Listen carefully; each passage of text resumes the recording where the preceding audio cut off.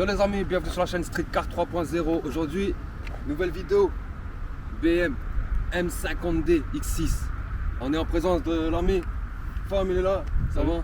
Il va nous présenter sa BM. Un petit modèle. Dis-nous en plus. Petit modèle.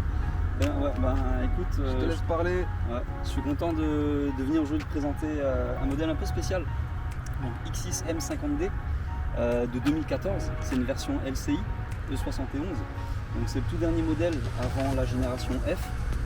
Donc il a quelques éléments stylistiques qui sont vraiment particuliers. Vous avez genre le capot bombé là. Vous avez la couleur Ferry Grey qui est spéciale aux versions M50D. Pareil pour les rétroviseurs, spécial la couleur. Et également pour les jantes. On a du 20 pouces là, avec des étriers et des freins 6 pistons à l'avant. Donc ça c'est vraiment la couleur spécifique au M50D. Ouais. M50D. Tu as même le sigle à l'arrière qui est d'une couleur un peu gris, un peu plus foncé. C'est pas du chrome. Venez, on va voir ça. Et ça c'est un peu plus foncé. Je sais pas si ça rend bien sur la vidéo.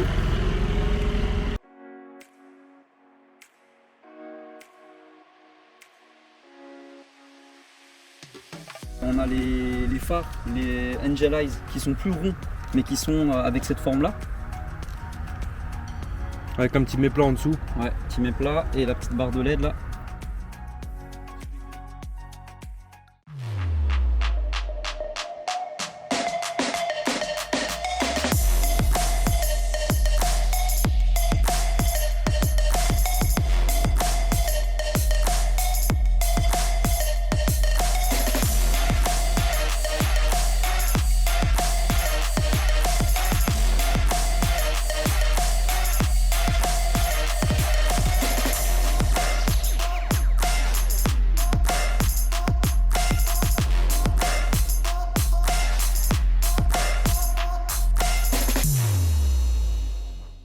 Ouais, donc les autres éléments spécifiques au M50D, donc c'est cette couleur vraiment spéciale. Vous avez aussi la ligne d'échappement qui est particulière, c'est pas des ronds, c'est trapézoïdal. Ça ressort bien avec le diffuseur. Ouais. Petit échappement. C'est propre. Tu comptes faire quelque chose dessus, modifier? Non, je suis sobre avec celle-là, je vais pas, Sobre dessus. pas faire de modification esthétique. Ça reste la caisse du dimanche. Ça reste la caisse La familiale. caisse familiale. Ça reste la caisse familiale pour partir en vacances ou faire des go fast. Et donc là au niveau du coffre, il Ouais. s'ouvre tout seul, c'est ça? Ouais, donc fermeture automatique. Et le coffre il est vraiment très grand. Hein. Il y a un double fond en fait. Vu qu'il n'y a pas de roue de secours, c'est des run flat. Donc là tu vois, tu as un double fond là. Ouais, non franchement c'est une caisse pour partir en vacances. T'as de la place pour ranger les valises, t'as de la place. Hein. Fermeture automatique aussi. Ouais. Alors ce qu'il y a, c'est que quand on veut transporter des trucs très haut, c'est un peu compliqué parce que comme c'est une carrosserie coupée, donc du coup ça descend un peu vers le bas. Donc on est un peu limité par rapport à ça, par rapport à d'autres SUV comme le X5 par exemple. Mais il y a Le rayon, ouais, voilà. c'est pas c'est pareil. plus Ouais. haut quoi.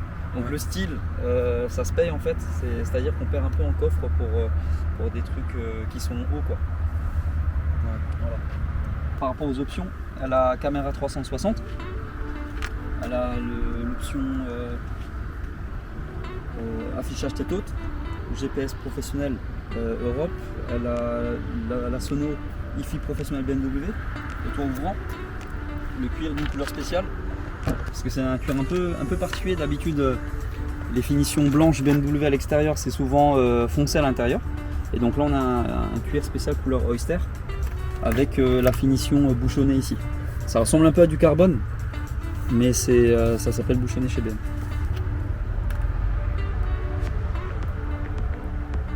Et aussi une configuration spéciale, c'est que c'est un 5 places. Parce que chez BM, le X6 de cette génération, il existait en 4 places et en 5 places. Donc celui-là, c'est un 5.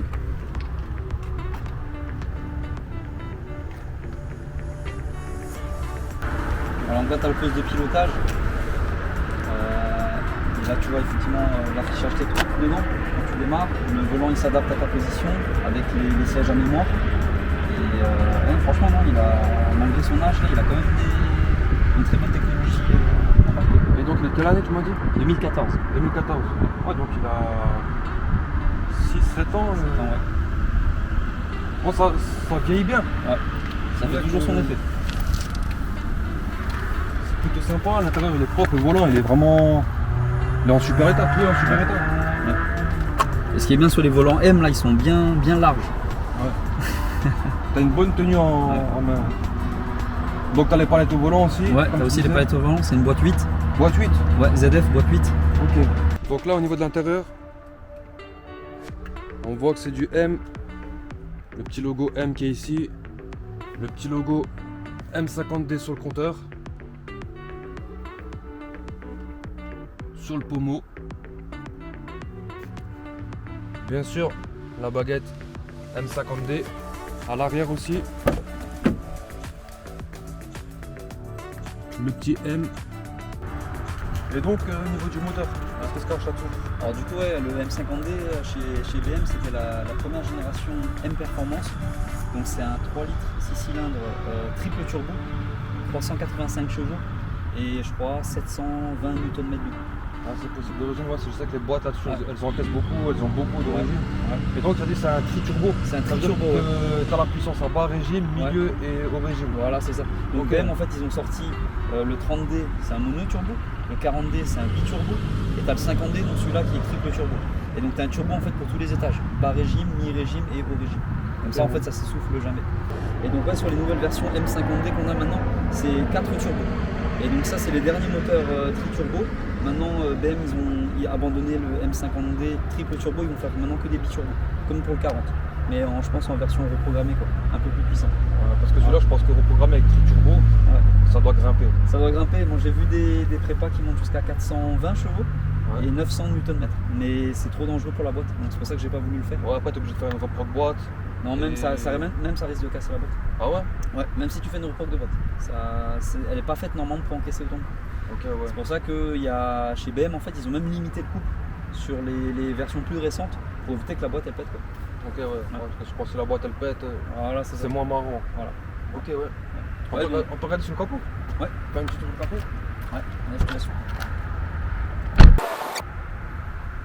Donc là, tu m'as dit c'est un 3 litres, Ouais. 6 cylindres en ligne. Ouais. Avec le petit logo M Performance, tu vois, c'est sympa. Dès que tu ouvres, tu vois que ça a de la gueule dessous. Donc, tri-turbo, à bas régime, milieu et haut régime. Il a plus de radiateurs que les versions normales, tu vois. Ah, il faut refroidir le monstre. Ouais, donc tu vois, t'as un radiateur qui est là. Ah ouais, juste dans les écopes là, ouais. Et t'en as un autre ici aussi encore. Là, sur l'autre côté.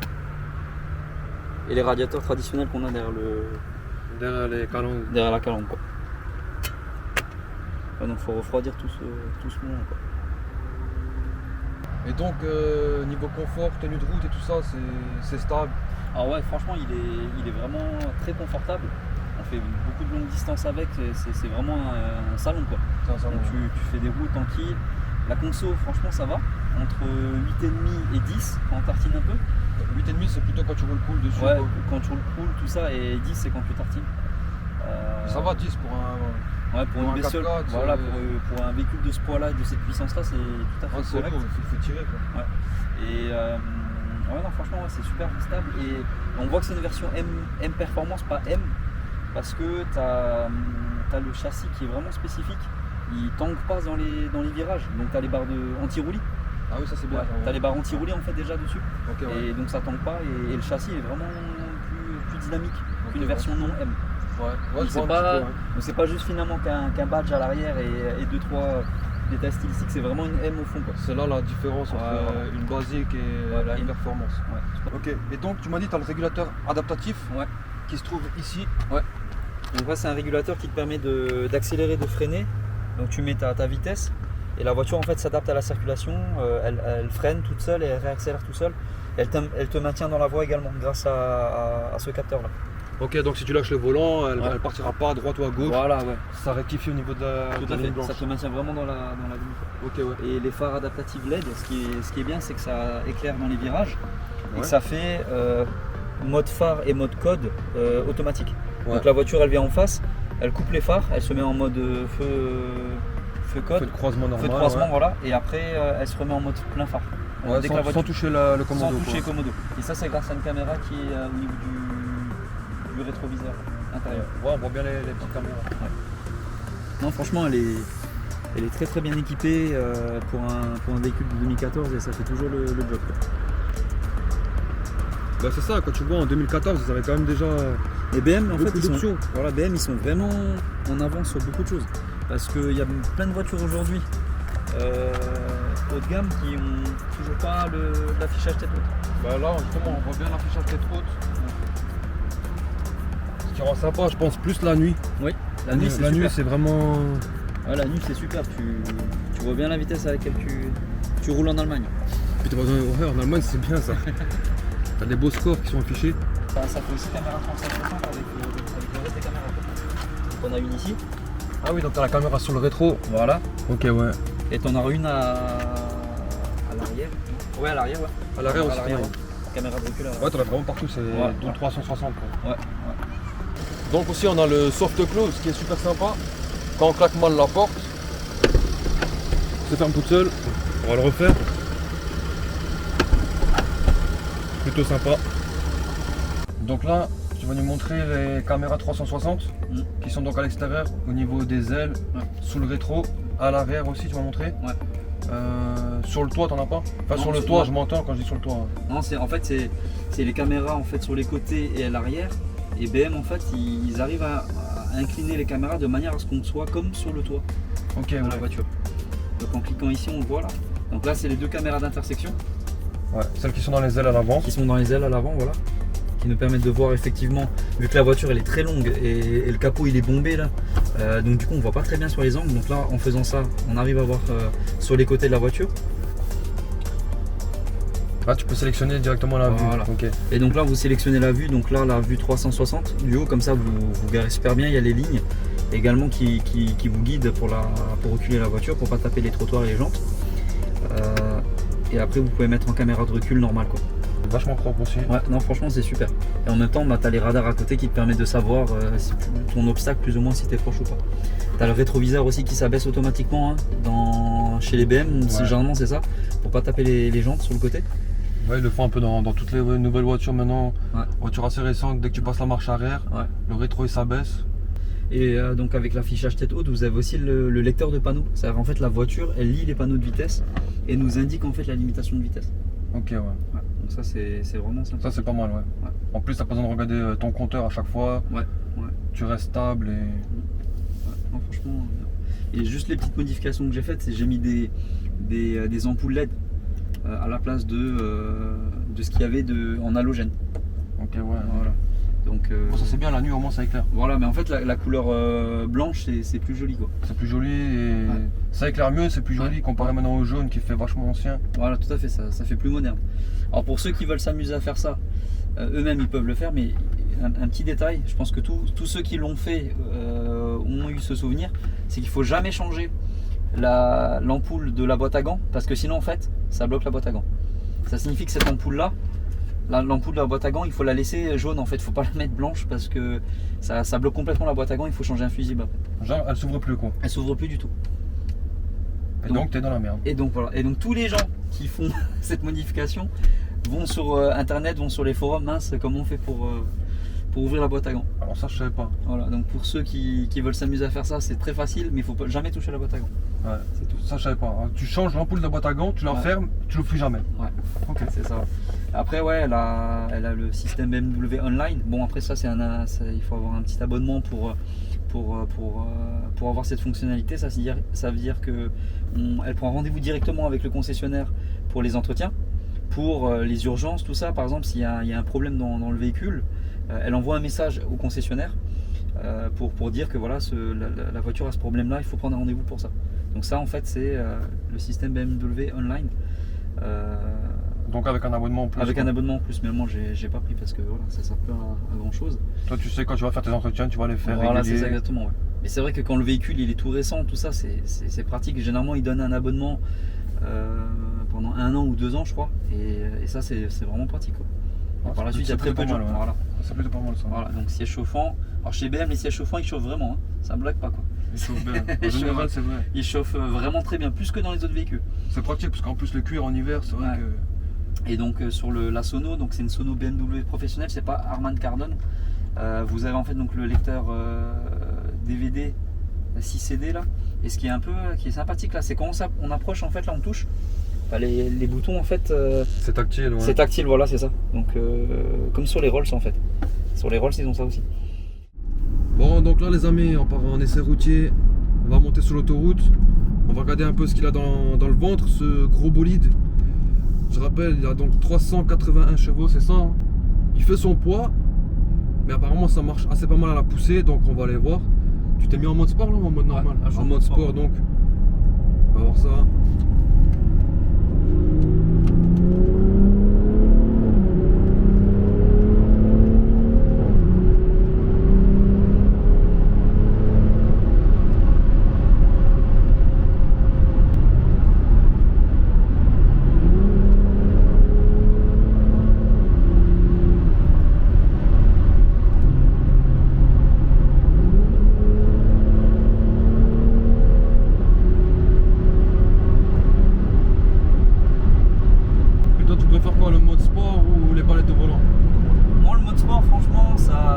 Elle gère bien. La boîte 8 de BM, elle est vraiment top, hein, cette boîte, hein. C'est la ZF 8 et franchement elle est au top, hein. Elle gère bien, donc moi je roule très peu avec les palettes. Après il y a aussi un truc, c'est que quand tu la mets en manuel, quand tu arrives effectivement au moment où il faut changer le rapport, si tu le changes pas en fait elle reste bloquée en fait dans le rapport, donc elle va elle fait un rupteur. Elle fait un rupteur. Voilà, donc ça peut être dangereux en fait, parce que quand tu le sais pas, sur les boîtes Audi. Pour le moteur, c'est pas le meilleur, c'est sûr. Non, sur les boîtes Audi et les boîtes Mercedes, ça fait pas ça. C'est-à-dire que ça change le rapport dès que tu arrives. Normalement, ça le change tout seul si tu le changes pas. Voilà. Mais sur celle-là, non, elle le fait pas. Et je me suis fait surprendre une fois. Et donc c'est pour ça que maintenant j'utilise très peu les palettes au volant. Sinon, c'est vrai que c'est bizarre parce que normalement, je sais que tu peux. En fait, c'est une bride, tu peux la faire sauter quand d'origine elle passe les rapports tout seul. Sur tout ce qui est boîte DSG, S-Tronic, tout ça, donc ça les passe tout seul au bout d'un moment. Mais c'est vrai que quand ça les passe pas, c'est souvent que ça a été sauté à la reprog. Ouais, donc l'ensemble boîte moteur qu'a fait BM là, c'est vraiment top.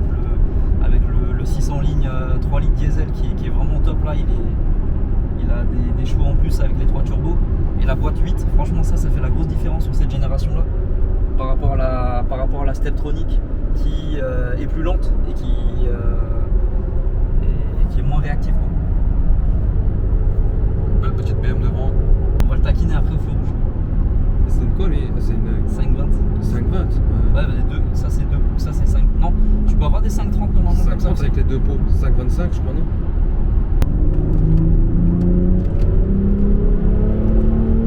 T'as raison, ça tient le pavé.